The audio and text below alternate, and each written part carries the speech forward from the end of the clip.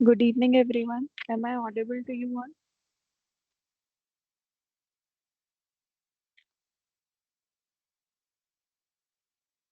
आप सबको मेरी आवाज आ रही है क्या?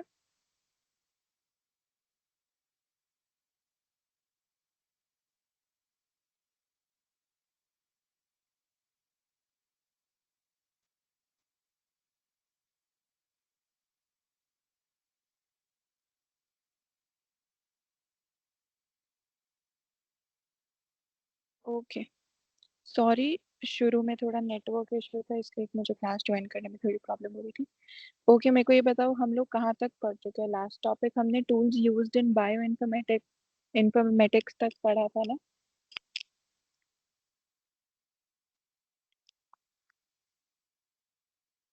लास्ट हमने टॉपिक यही कवर किया था ना, tools used in bio informatics. Yes और नो?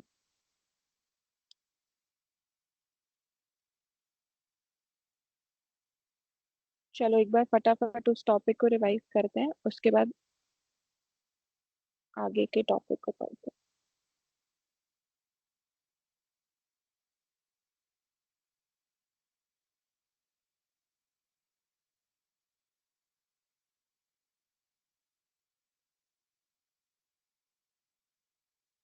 बायो इन्फॉर्मेटिक्स टूल्स होता क्या है? ये सॉफ्टवेयर या प्रोग्राम होता है जो बायोलॉजिकल डेटा को स्टोर, सर्च, कंपेयर और एनालाइज करता है। इसका काम क्या होता है? बायोलॉजिकल डेटा जो होता है उसको स्टोर करता है, सर्च करता है, कंपेयर करता है और एनालाइज करता है। फॉर एग्जाम्पल, जैसे हम लोग डेली लाइफ में गूगल को यूज करते हैं इंफॉर्मेशन को सर्च करने के लिए, उसी तरीके से हम बायो इन्फॉर्मेटिक्स टूल्स का यूज करते हैं है बायोलॉजिकल डेटा को एनालाइज करने के लिए। उसके बाद बायोलॉजिकल डेटाबेसेस क्या होते हैं?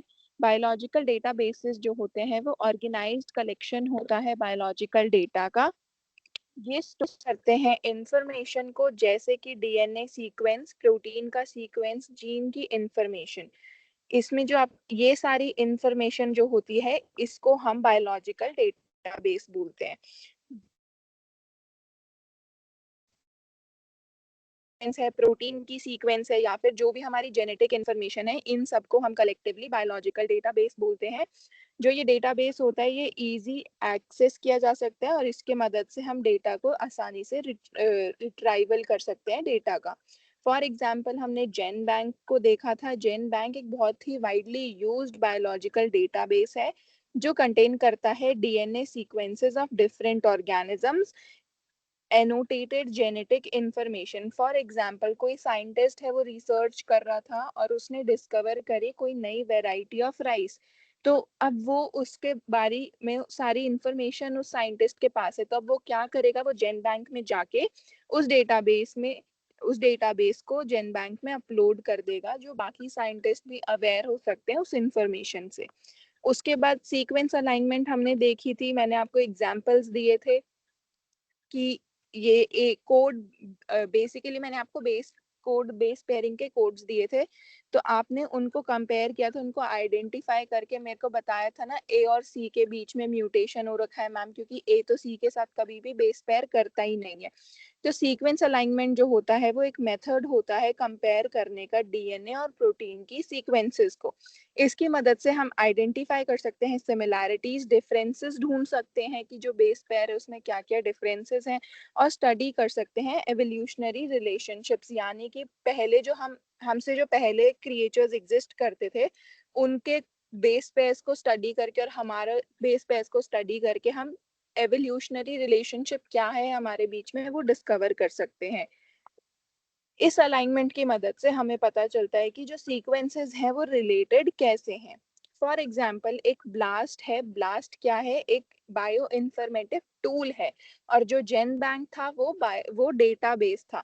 ब्लास्ट की फुल फॉर्म होती है basic local alignment search tool. इसको यूज किया जाता है to compare sequences. It helps to find similar data और प्रोटीन सीक्वेंसेस। ये जो ब्लास्ट है ये कंपेयर सीक्वेंसेस को कंपेयर करने में हमारी हेल्प करता है, जैसे कि हम इसकी मदद से सिमिलर डेटा और प्रोटीन सीक्वेंसेस ढूंढ सकते हैं, आइडेंटिफाई कर सकते हैं जो भी सीक्वेंसेस हमें नहीं पता कि वो किसकी हैं। फॉर एग्जाम्पल मान लो मैं कोई रिसर्च कर रही हूँ और मुझे रैंडमली कोई कोड पता चला और मुझे नहीं पता भाई ये वायरस का है, बैक्टीरिया का है, ह्यूमंस का है, किसका है। तो मैं क्या करूंगी, उस कोड को ब्लास्ट में एंटर करूंगी तो ब्लास्ट उसे प्रोसेस करके सर्च करके मुझे बता देगा कि इससे ये इसके सिमिलर कोड है या फिर ये इसका बेस पेयर है। ये इसकी मदद से हम जेनेटिक रिलेशनशिप्स को भी एनालाइज कर सकते हैं। फिर आता है data search in bio informatics. जो बायो इन्फॉर्मेटिक टूल्स होती हैं वो हमें अलाउ करती हैं कि हम लार्ज स्केल पे बायोलॉजिकल डेटा सेट्स को सर्च कर सकते हैं। इसको हम जो हम यूजर्स होते हैं इसके वो क्या हम क्या करेंगे, पहले हम डीएनए या प्रोटीन का सीक्वेंस एंटर करते हैं, फिर सर्च करते हैं डेटाबेस मैच, जो उससे मैच कर रहा है उसके सिमिलर है वो सिमिलर डेटाबेस सर्च होगा, उससे अब हम रिट्रीव कर सकते हैं रेलिवेंट बायोलॉजिकल इंफॉर्मेशन। अब हमें जो भी इंफॉर्मेशन चाहिए थी हमें वो मिल जाएगी। इसका फायदा क्या होता है, ये बहुत ही फास्ट प्रोसेस है और हम इसकी मदद से एकदम एक्यूरेट डेटा हमें मिल जाता है जो हमारे लिए ज़रूरी होता है। फिर हमने टूल्स पढ़े थे विजुअलाइजेशन टूल्स, ये हमारी थर्ड टूल थी।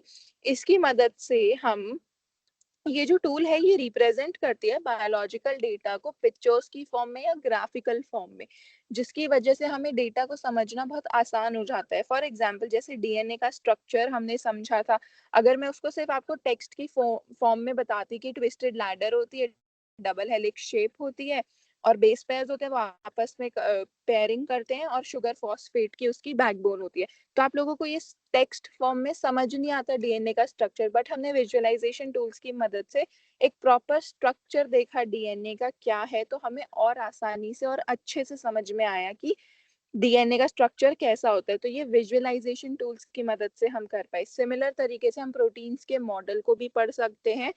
चार्ट्स और ग्राफ्स हमें बहुत एक्यूरेट इंफॉर्मेशन देते हैं और कॉम्प्लेक्स डाटा हमारे लिए आसानी से समझा जा सकता है इन टूल्स की मदद से। अब बायो इन्फॉर्मेटिक्स टूल्स का इम्पोर्टेंस क्या है, ये टूल्स बहुत ही इम्पोर्टेंट होते हैं क्योंकि ये टाइम को सेव करते हैं रिसर्च सेक्टर में। दूसरा, ये एक्यूरेसी को इम्प्रूव करते हैं। थर्ड, ये इनेबल करते हैं कि जो लार्ज स्केल डेटा है हम उसको एनालाइज कर सके एक टाइम पे और एफिशिएंटली कर सके। ये नई नई डिस्कवरीज में भी साइंटिस्ट की हेल्प करता है। Am I clear, bioinformatic tools क्या होता है, क्विक रिविजन था इसमें, इन टॉपिक्स में किसी को कोई प्रॉब्लम है?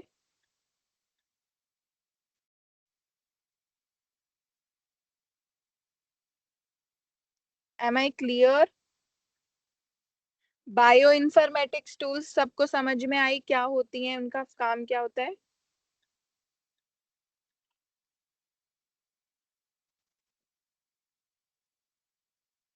ये हमने लास्ट फ्राइडे को पढ़ा था ये टॉपिक। उसके बाद से मैं आप लोगों की क्लास नहीं ले पाई थी बिकॉज मैं थोड़ा बाहर ट्रैवल कर रही थी इस वजह से। हाँ, ओके।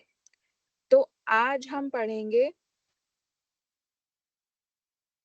एप्लीकेशन, इन इन टूल्स की एप्लीकेशन और बायोटेक्नोलॉजी बायो इन्फॉर्मेटिक्स की एप्लीकेशन जो हम हेल्थ केयर सेक्टर हम कंसिडर कर रहे थे इतने दिनों से, हेल्थ केयर।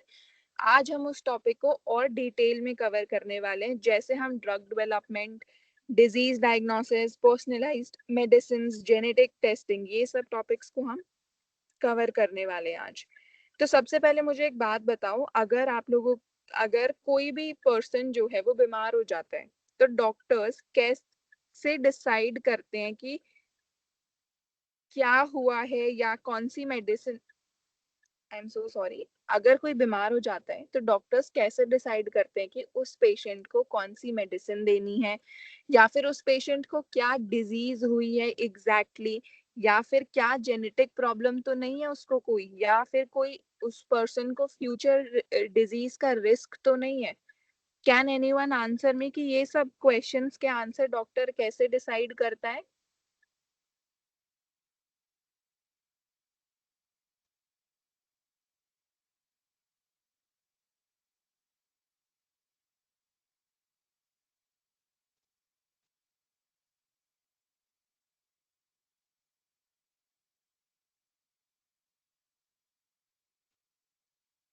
चलो, आज का जो मॉडर्न हेल्थ केयर सिस्टम है उसमें सिर्फ डॉक्टर्स की जो नॉलेज है वो इनफ नहीं होती है, हमें कंप्यूटर्स प्लस बायोलॉजिकल डेटा को भी यूज करना पड़ता है एक्यूरेटली प्रॉब्लम को डायग्नोज करने के लिए, उसकी मेडिसिन डायग्नोज करने के लिए, उसकी ड्रग की डेवलपमेंट के लिए, और फिर या फिर कोई फ्यूचर हेल्थ रिस्क तो नहीं है। इन सब चीजों, ये सब चीजें डॉक्टर अकेला डिसाइड नहीं कर सकता है अपनी नॉलेज से जो वो पढ़ा है, उसको कंप्यूटर्स और बायोलॉजिकल डेटा की जरूरत पड़े ही पड़ेगी।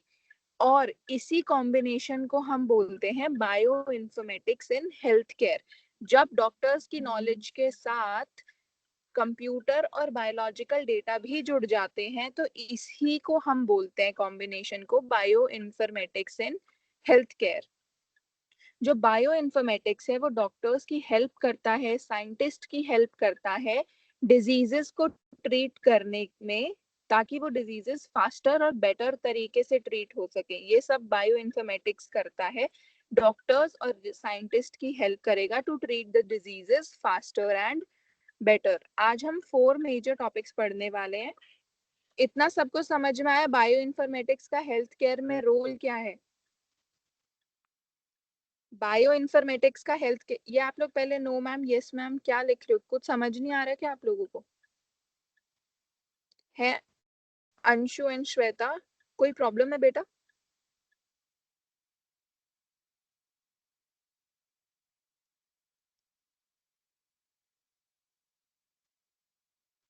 Shweta and Anshu, do you have any problem?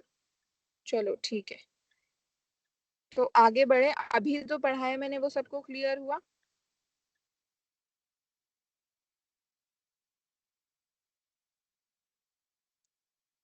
अभी जो मैंने पढ़ाया सबको क्लियर हुआ क्या?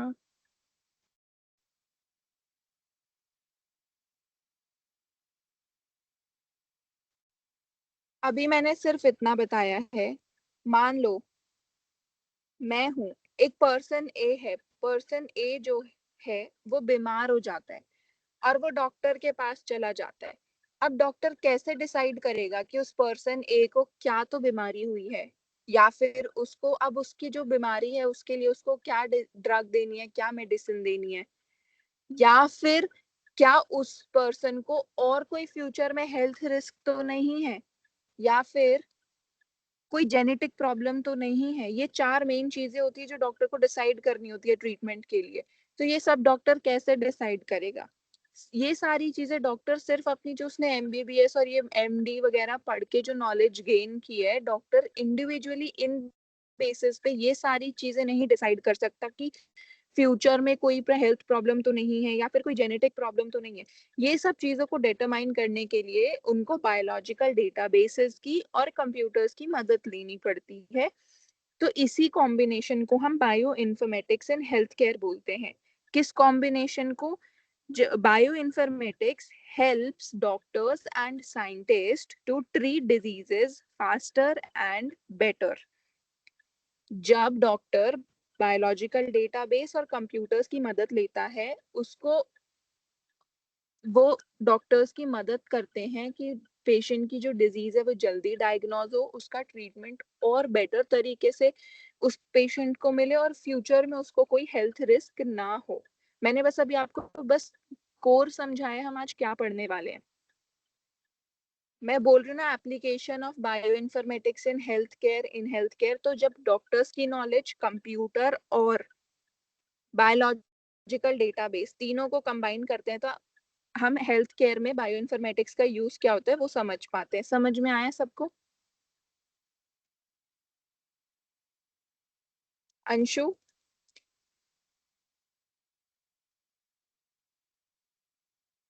चलो आगे बात करते हैं ड्रग डेवलपमेंट की। ड्रग डेवलपमेंट क्या होता है? सबसे पहला एप्लीकेशन है ये हमारा। ड्रग डेवलपमेंट का मतलब होता है न्यू मेडिसिन बनाना। ड्रग डेवलपमेंट का मतलब क्या होता है? नई मेडिसिन को बनाना। पहले जो साइंटिस्ट होते थे वो ट्रेडिशनल मेथड्स का यूज करते थे, बट जो वो ट्रेडिशनल मेथड्स था ड्रग्स को बनाने का वो बहुत स्लो प्रोसेस था।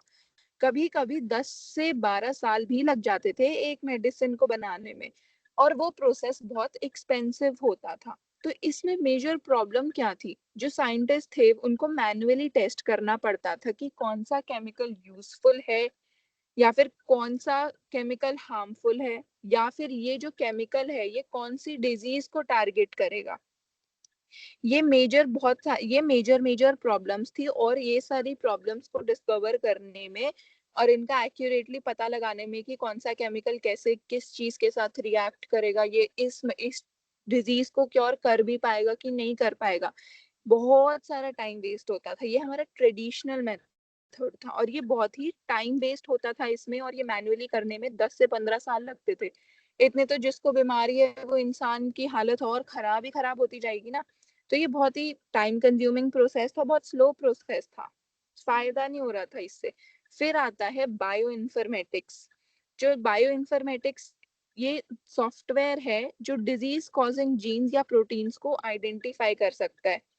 बायो इन्फॉर्मेटिक्स की मदद से जो डिजीज कॉजिंग जीन्स है ना या फिर प्रोटीन है उसको आइडेंटिफाई किया जाएगा। उसके बाद जो साइंटिस्ट है वो कंप्यूटर पे चेक कर सकते हैं कि कौन सी ड्रग मॉलिक्यूल इस प्रोटीन के साथ रिएक्ट करेगी, और फिर हमें पता चल जाएगा कि हाँ इस पर्सन को ये मेडिसिन सूट कर रही है, तो हम आसानी से उसका ट्रीटमेंट जल्दी और फास्ट कर सकते हैं ना। कितना टाइम लगा हमें आइडेंटिफाई करने में? हमें सिर्फ पता चला कि प्रोटीन आइडेंटिफाई किया हमारे सॉफ्टवेयर ने, उसके बाद कंप्यूटर्स में हमने डाला कि ये वाली ड्रग मॉलिक्यूल प्रोटीन के साथ रिएक्ट करेगी, कंप्यूटर ने हमें यस और नो बता दिया कि क्या क्या साइड इफेक्ट्स हैं क्या नहीं है, हमें फटाफट से रिजल्ट मिल गया और हमारा प्रोसेस भी फास्ट हो गया, पेशेंट को ट्रीटमेंट भी जल्दी मिल पाएगा और एफिशिएंटली, और बहुत ही बेटर तरीका था। तो ये बायो इन्फॉर्मेटिक्स का रोल आया ड्रग डेवलपमेंट में। समझ में आया सबको? इससे जो टाइम था ना जो वेस्ट होता था वो टाइम वेस्ट अब नहीं होगा, और जो कॉस्ट ऑफ ड्रग डेवलपमेंट जो 10 से 15 साल लगते थे पहले, अब वो काम बहुत ही जल्दी हो जाता है, कुछ महीने या कुछ हफ्तों के अंदर ही हो जाता है। ड्रग डेवलपमेंट समझ में आया?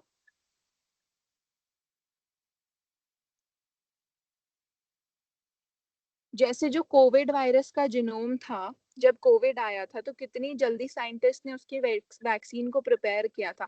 आप कंपेयर करो पहले जब डायरिया या टाइफाइड जैसे डिजीजेस आए थे, उनका वैक्सीन को डेवलप करने में साइंटिस्ट को कितने साल लगे थे और कितने लोगों ने अपनी जान खो दी थी, क्योंकि हमारे पास बहुत जल्दी ऐसे टूल्स नहीं थे जिनकी मदद से हम लोग अपना मेडिसिन को डिस्कवर कर सकते, वैक्सीन को बना सकते हैं। लेकिन अभी हमारे पास बायो इन्फॉर्मेटिक्स था तो कितनी जल्दी साइंटिस्ट ने कोविड वैक्सीन बनाई, जिसकी वजह से जिसकी वजह से बहुत लोगों की जान बच गई। तो इसमें क्या किया था, साइंटिस्ट ने वायरस का जीनोम या स्ट्रक्चर का समझ गया था कि उस वायरस का स्ट्रक्चर क्या है। उसके बाद उस स्ट्रक्चर को समझने की वजह से उन्होंने फिर बायोलॉजिकल डेटा को यूज किया, कंप्यूटर्स को यूज किया, जिसकी वजह से जो वैक्सीन थी वो जल्दी डेवलप हो गई। तो आप कोविड वैक्सीन इसका बहुत ही बड़ा एग्जांपल है, बायो इन्फॉर्मेटिक्स का यूज हेल्थ केयर में, कि कितनी जल्दी कोविड वैक्सीन हमने डेवलप कर ली थी बायो इन्फॉर्मेटिक्स की मदद से। Am I clear? Drug development सबको समझ में आ गया? छोटी सी कहानी है, समझ में आ गई ना सबको? ठीक है। कोई प्रॉब्लम है किसी को इस टॉपिक में?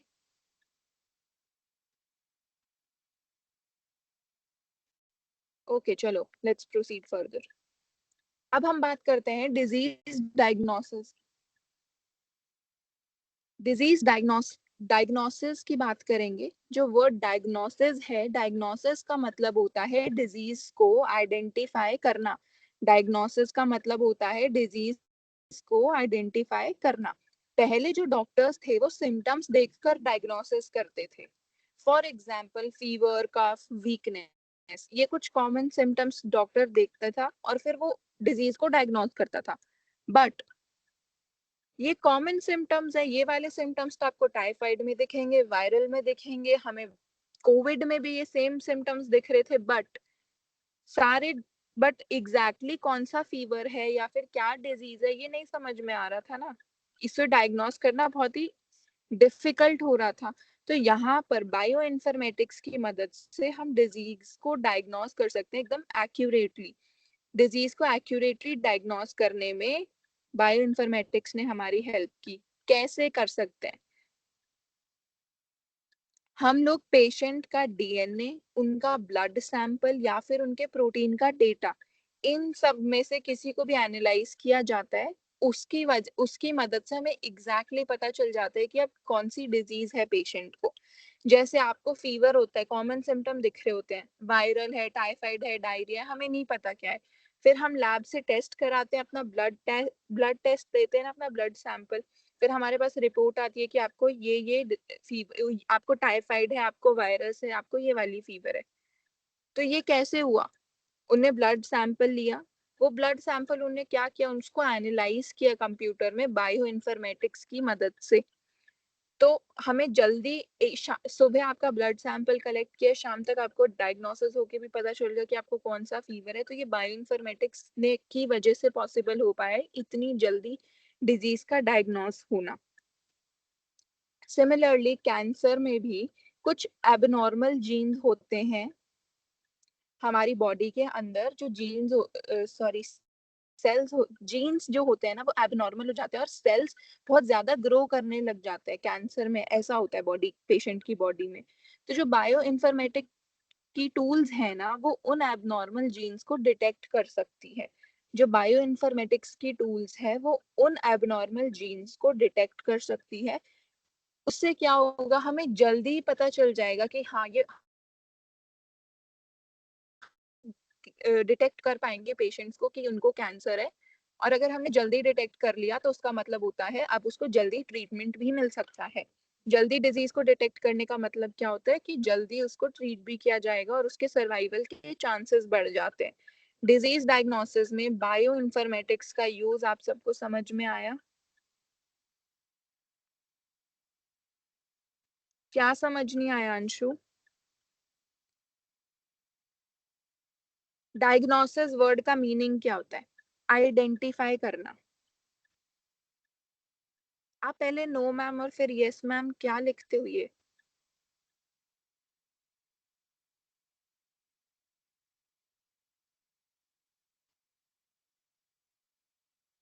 कोई डाउट है क्या अंशु आपको?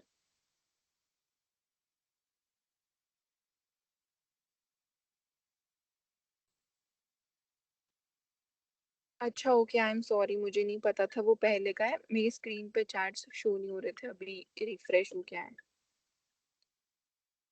अच्छा, मुझे बताओ,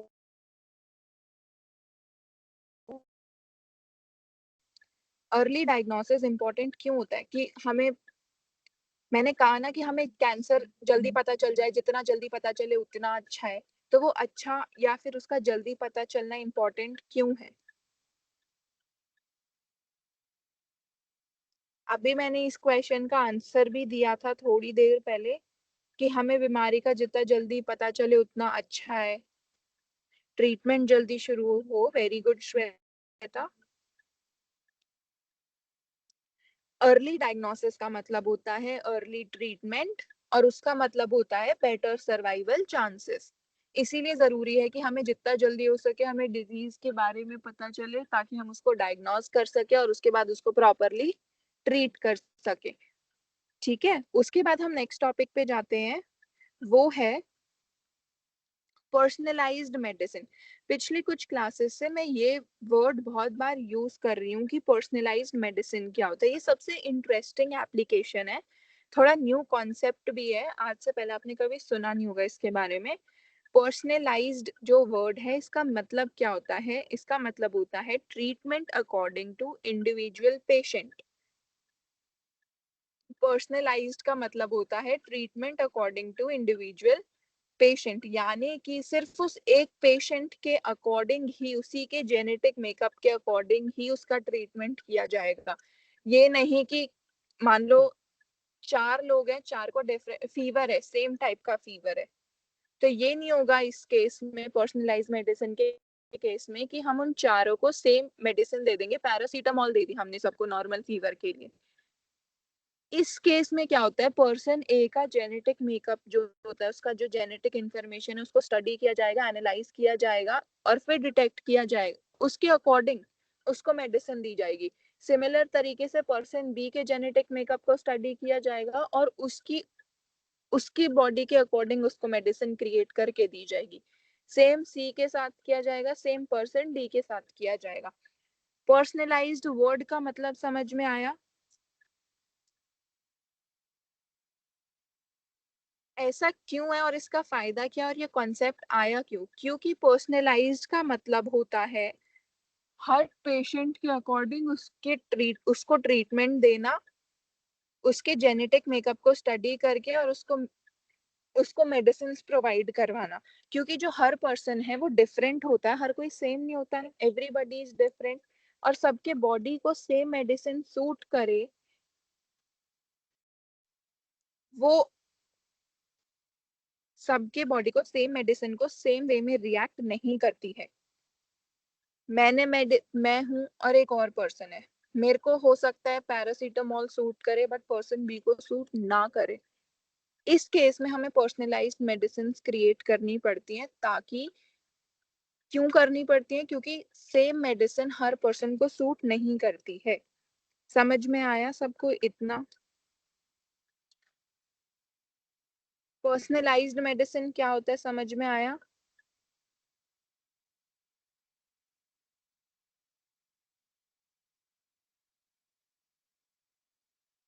हर पर्सन के जेनेटिक इंफॉर्मेशन को स्टडी करके उसके बेसिस पे उसके लिए मेडिसिन को क्रिएट करना, इतना काम होता है। यानी कि कस्टमाइज्ड मेडिसिन क्रिएट हो रही है आजकल बायो इन्फॉर्मेटिक्स की मदद से। अच्छा मुझे बताओ, एक मेडिसिन है वो पर्सन ए को तो सूट करती है, बट वो मेडिसिन पर्सन बी को साइड इफेक्ट्स देती है। ऐसा क्यों होता है?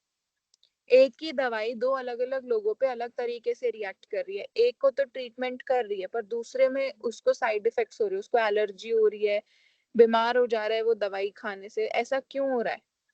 दवाई तो दोनों को सेम दी और सेम फीवर के लिए दी, बट फिर भी अलग अलग रिजल्ट क्यों आ रहे हैं?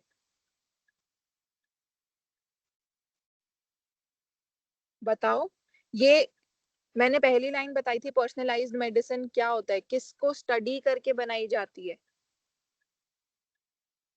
आंसर वही है इसका।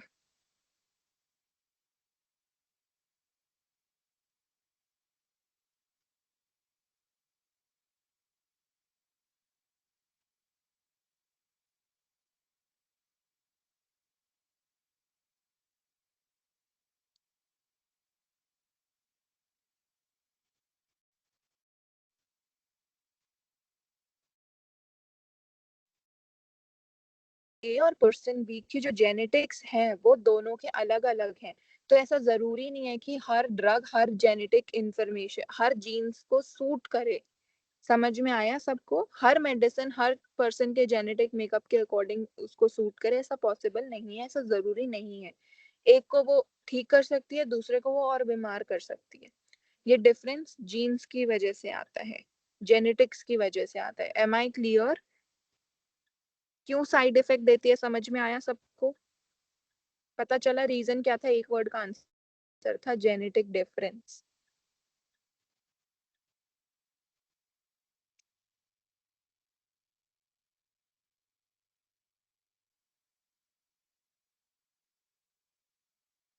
चलो,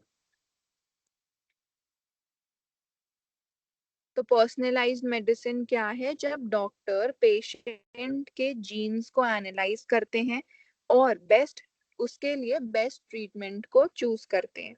बस इतना ही है। फॉर एग्जांपल कैंसर ट्रीटमेंट में भी हम इसका इस्तेमाल कर सकते हैं। जो डॉक्टर्स हैं वो ट्यूमर के जीन्स को स्टडी करते हैं और जो टारगेटेड ड्रग्स हैं उनके अकॉर्डिंग उस टारगेटेड सेल्स और उस टारगेटेड जीन्स के अकॉर्डिंग ड्रग को डिस्कवर करेंगे और ड्रग प्रोवाइड करेंगे उस पेशेंट को। ऐसे भी समझ सकते हो इसको कि जो सेम शू, अच्छा सबको एक ही साइज का शू फिट होता है? नहीं ना, सबका शू साइज अलग अलग होता है। वैसे ही सबको सेम मेडिसिन फिट नहीं होती है। कुछ केसेस में हमें पर्सनलाइज्ड मेडिसिन को भी क्रिएट करना पड़ता है। नेक्स्ट टॉपिक पे चलते हैं। अब हम बात करते हैं जेनेटिक टेस्टिंग क्या होती है। जेनेटिक टेस्टिंग का मतलब होता है जीन्स को टेस्ट करना। हमारी बॉडी में जीन्स होते हैं ना, उन जीन्स को टेस्ट करना, उसको जेनेटिक टेस्टिंग कहा जाता है। इससे हमें क्या पता चलता है जेनेटिक टेस्टिंग से? जब हम अपने जीन्स की टेस्टिंग कराते हैं, उससे हमें पता चलता है या तो क्या हमें कोई जेनेटिक डिसऑर्डर है, या फिर हमें क्या कोई फैमिली इनहेरिटेड डिजीज है, या फिर हमें फ्यूचर में कोई हेल्थ रिस्क होने के चांसेस हैं। हम ये मेजर चीजें पता लगा सकते हैं जेनेटिक टेस्टिंग की मदद से। एक डिजीज होती है थैलेसीमिया। थैलेसीमिया में क्या होता है, जो पेशेंट के जेनेटिक टेस्ट किए जाते हैं, अगर ये डिसऑर्डर का रिस्क होता है तो जो डॉक्टर है वो पेशेंट को उसी के अकॉर्डिंग गाइडेंस देता है। और जैसे कि डाउन सिंड्रोम होता है एक डिजीज, आपने देखा होगा कुछ बच्चों का ब्रेन प्रॉपरली डेवलप नहीं किया जाता कर पाता है। लाइक किसी का 60% वर्किंग होता है, कुछ कुछ केसेस में 20% वर्किंग होता है, कुछ कुछ केसेस में 70% वर्किंग होता है। ये मंगोलियन डिसऑर्डर डाउन सिंड्रोम होता है। ये एक जेनेटिक डिसऑर्डर होता है। इसको डॉक्टर्स डिटेक्ट कर सकते हैं before the baby is born.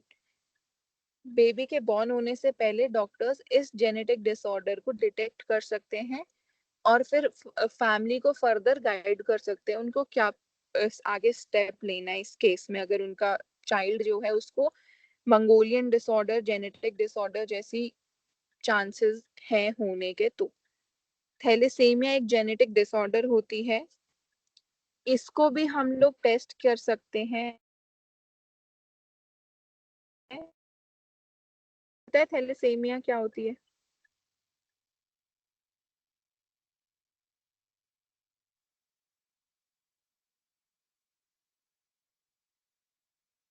Anyone knows what is thalassaemia? कौन सी जेनेटिक डिजीज होती है? ध्यान से सुना, थैलेसीमिया एक जेनेटिक ब्लड का डिसऑर्डर होता है, जिसमें जो बॉडी है ना वो संपूर्ण मात्रा में हीमोग्लोबिन को प्रोड्यूस नहीं कर पाती है। हीमोग्लोबिन क्या होता है? ये प्रोटीन होता है हमारे रेड ब्लड सेल्स में, जो बॉडी में ऑक्सीजन को कैरी करता है। ये एक ब्लड थैलेसीमिया एक ब्लड डिसऑर्डर होता है जिसमें जो बॉडी है वो संपूर्ण मात्रा में हीमोग्लोबिन को प्रोड्यूस नहीं कर सकती। अब हीमोग्लोबिन क्या होता है? हीमोग्लोबिन एक प्रोटीन होता है जो रेड ब्लड सेल्स में प्रेजेंट होता है। उसका काम क्या होता है? उसका काम होता है ऑक्सीजन को कैरी करना।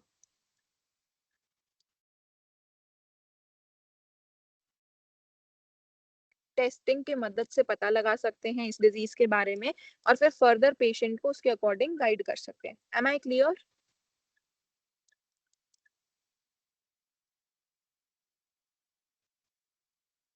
ठीक है। जो हमने कोविड वैक्सीन है वो किस चीज का एग्जाम्पल है? वो ड्रग डेवलपमेंट का एग्जाम्पल है। फिर हमने कैंसर जीन टेस्ट पढ़ा, वो किस चीज का एग्जाम्पल है? ये टेस्ट क्यों किया जाता है? ताकि हम डायग्नोज कर सकें कि कैंसर है कि नहीं है। ये डिजीज डायग्नोसिंग का स्टेप है। उसके बाद हमने कस्टमाइज्ड कैंसर थेरेपी या फिर कस्टमाइज्ड कैंसर थेरेपी, ये किस चीज का एग्जाम्पल है? पर्सनलाइज्ड मेडिसिन का। उस पेशेंट की जेनेटिक मेकअप को स्टडी करके उसके अकॉर्डिंग उसको मेडिसिन प्रोवाइड कराना, ये पर्सनलाइज्ड मेडिसिन होता है। उसके बाद हमने थैलेसीमिया के बारे में पढ़ा, ये कैसे पता चला? ये हमें जीन्स जेनेटिक टेस्टिंग की मदद से पता चला कि इस पर्सन को ये जेनेटिक डिसऑर्डर है, जिसमें वो पर्सन जो है उसकी body sufficient insufficient haemoglobin produce करती है। हीमोग्लोबिन क्या होता है? ये एक प्रोटीन होता है जो रेड ब्लड सेल्स में प्रेजेंट होता है। इसका काम क्या होता है हीमोग्लोबिन का?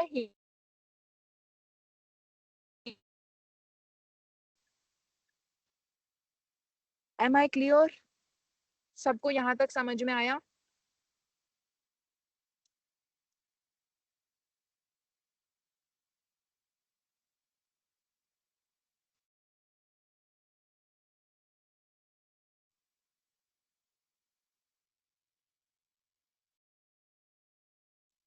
चलो, अच्छा, ठीक है। किसी को कोई डाउट है तो मुझे बताओ। अब हम देखते हैं इम्पोर्टेंस क्या है हेल्थ केयर एप्लीकेशंस का। जो बायो इन्फॉर्मेटिक्स है वो हेल्थ केयर को इम्प्रूव करता है कैसे? एक्यूरेसी को इंक्रीज करता है डिजीज के डायग्नोसिस में। दूसरा, सपोर्ट करता है एडवांस ट्रीटमेंट्स को। थर्ड, रिड्यूस करता है हेल्थ केयर की कॉस्ट को। थर्ड, एनहांस करता है प्रिवेंटिव केयर। हम पहले से ही प्रिकॉशंस ले सकते हैं, डिटेक्ट कर सकते हैं कि हमें फर्दर में ये जेनेटिक डिसऑर्डर या कोई भी डिजीज होने का रिस्क है कि नहीं है। तो ये बहुत ही, ये कुछ इंपॉर्टेंस थे हेल्थ बायो इन्फॉर्मेटिक्स के हेल्थ केयर एप्लीकेशंस में। रियल वर्ल्ड एग्जांपल्स को हमने कंसिडर किया, genome analysis for disease detection, फिर हमने कोविड 19 जो आया था उसकी वैक्सीन रिसर्च के बारे में हमने डिस्कस किया। हमने कैंसर जीन एनालिसिस जो टारगेटेड थेरेपी है, जो पर्सनलाइज्ड मेडिसिन कहलाती है, कि उसके स्टडी करके उसको एक प्रॉपर टारगेट, उसकी उन्हीं जी सेल्स को, जीन्स को टारगेट करके एक पर्सनलाइज्ड कस्टमाइज्ड थेरेपी क्रिएट की जाएगी जो उस पेशेंट को दी जाएगी, ताकि उसकी पूरी बॉडी को नुकसान ना मिले, सिर्फ उसके उस पर्टिकुलर जो एबनॉर्मल जीन्स हैं हम उनको ही या तो फिनिश कर सके या क्योर कर सके। ये कुछ रियल वर्ल्ड एग्जांपल्स थे। Am I clear to you all? आज के सेशन में किसी को कोई डाउट?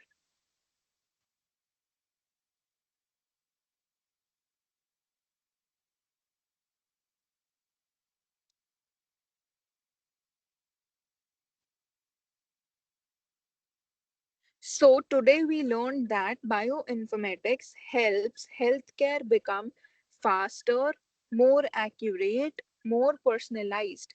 तो आज हमने क्या सीखा? जो बायोइन्फॉर्मेटिक्स है वो हेल्थ केयर को और फास्टर बनाता है और एक्यूरेट बनाता है, और हम और पर्सनलाइज्ड मेडिसिन को क्रिएट कर सकते हैं। Further it helps in medicine development, second in disease diagnosis, third in personalised treatment, fourth in genetic testing.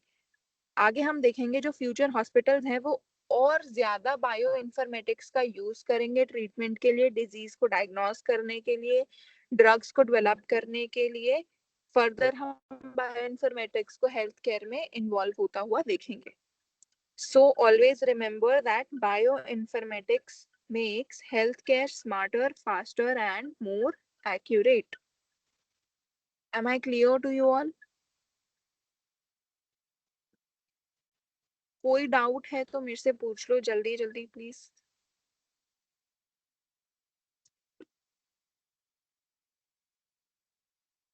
पिछली क्लास में कोई डाउट हो, आज की क्लास में कोई डाउट हो किसी को? सबने अपने असाइनमेंट्स लिख लिए?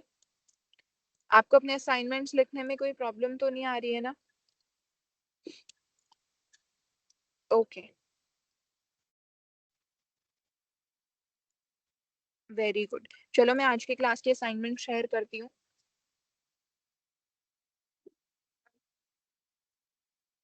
श्वेता, वो जब सबमिट करना होगा तब आपको बता दिया जाएगा, आप बस अभी रेगुलरली डेली अपने assignments को कंप्लीट करते हैं, ठीक है?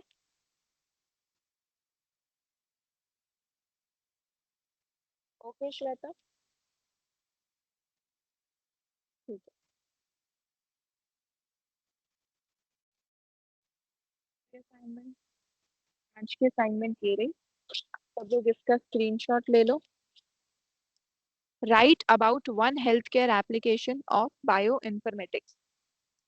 हमने 4 एप्लीकेशंस पढ़ी हैं, drug development, disease diagnosis, genetic testing and personalised medicine. इन चारों में से आपको कोई भी एक एप्लीकेशन चूज करनी है हेल्थ केयर की। आप उसके बारे में उस लिखोगे वो है क्या। पहले तो आप मुझे असाइनमेंट में एक्सप्लेन करोगे कि इम्पोर्टेंस क्या है, बायो इन्फॉर्मेटिक्स क्या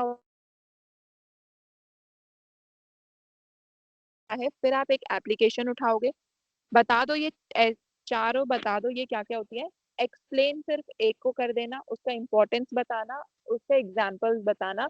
जैसे ड्रग डेवलपमेंट में हम कोविड 19 का पढ़ा हमने, पर्सनलाइज्ड मेडिसिन में हमने पढ़ा कि कैसे कैंसर में हम टारगेटेड जीन्स को ही टारगेट करके personalised therapies, customised therapies patient को देते हैं।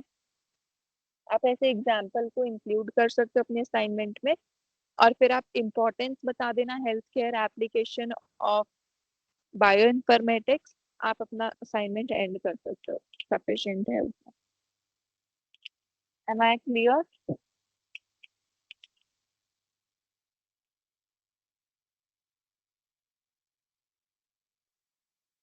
पिछले असाइनमेंट का स्क्रीनशॉट है आप सबके पास? ओके, चलो आप एक बार फिर से, मैं स्क्रीन असाइनमेंट वाला ही पेज खोल दूँ, स्क्रीनशॉट ले लो।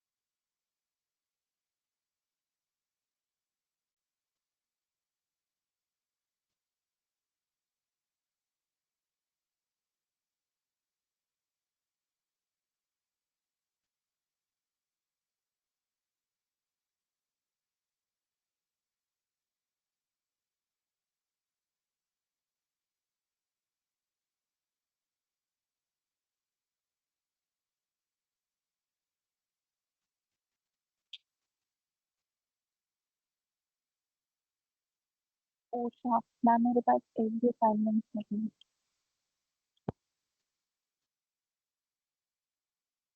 चलो मैं एक एक मिनट के लिए हर पांचों, पिछले पांचों असाइनमेंट शेयर कर रही हूँ, आप फटाफट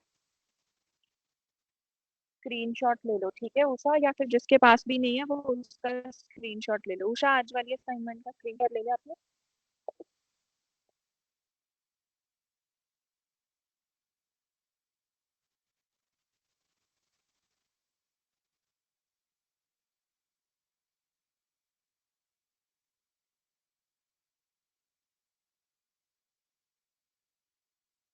चलो मैं आगे वाली असाइनमेंट शेयर कर रही हूँ, आप उनका भी screenshot.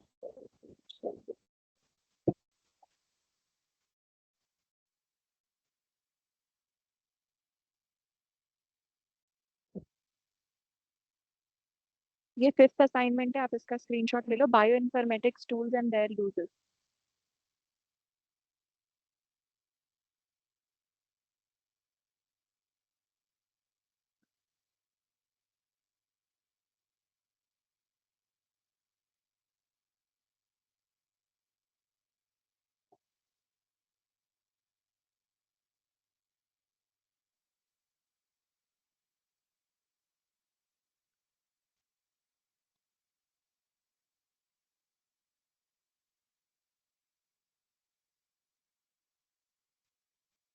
This is your fourth assignment, importance of DNA data.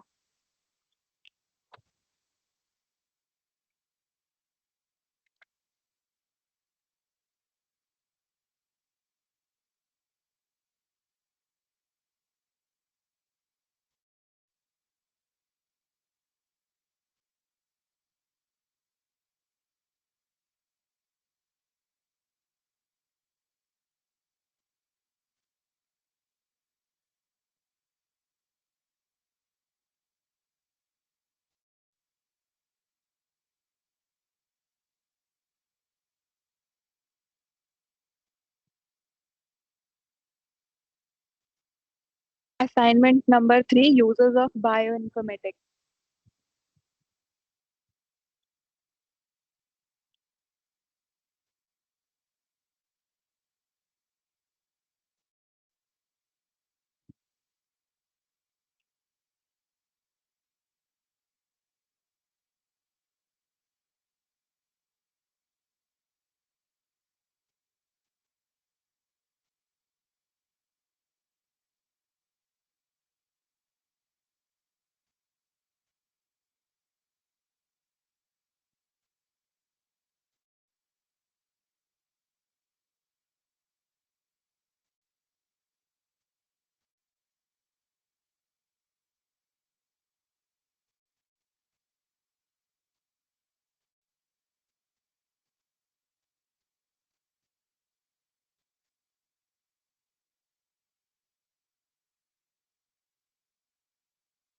Assignment 2, DNA, explain DNA in simple terms.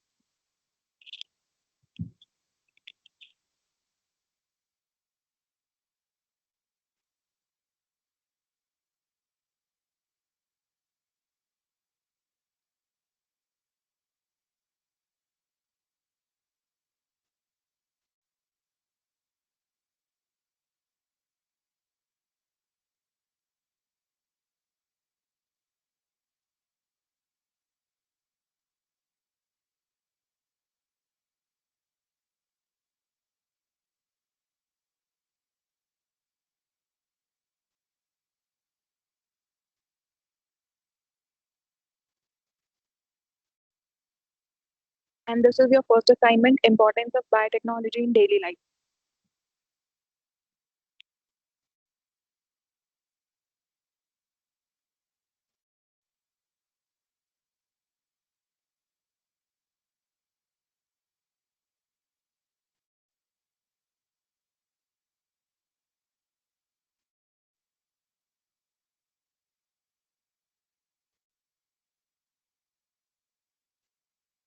Usha, आपने टॉपिक्स लिख लिए?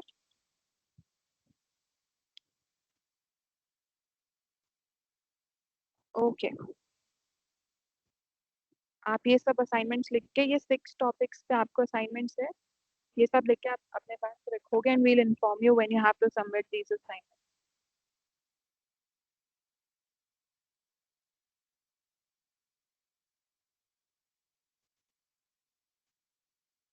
Okay, thank you so much class for cooperating. See you guys tomorrow.